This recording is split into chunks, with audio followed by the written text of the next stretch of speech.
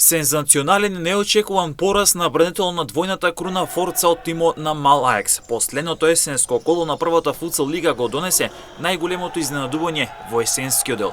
Штипен е во меч со многу неизвестности и пресврти славеа со 5-6 и тоа во Куманово, со што Мал Ајакс стигна до само второто сезонско славе, а пак Форца го запиша вториот сезонски пораз, кој при тоа значи уште потешка мисија за одбрана на титулата.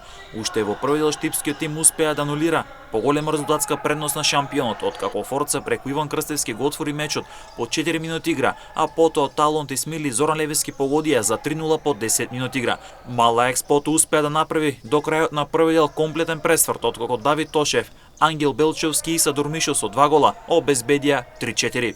Во втори дел Форца стигна до 4-4 преку Зоран Левески во 36-та минута, но само минута подоцна Тошев со втор гол обезбеди ново предност со 4-5. Форца не се продаваше, се добиваше ново изравнување преку искусниот Зоран Левески, негов трет гол за 5-5 во 38-та минута, но во завршните секунди од мечот Тошев со трет гол ги постави конечните 5-6 за огромно славе на Мал Ајакс, кој притоа направи вистинска сензација.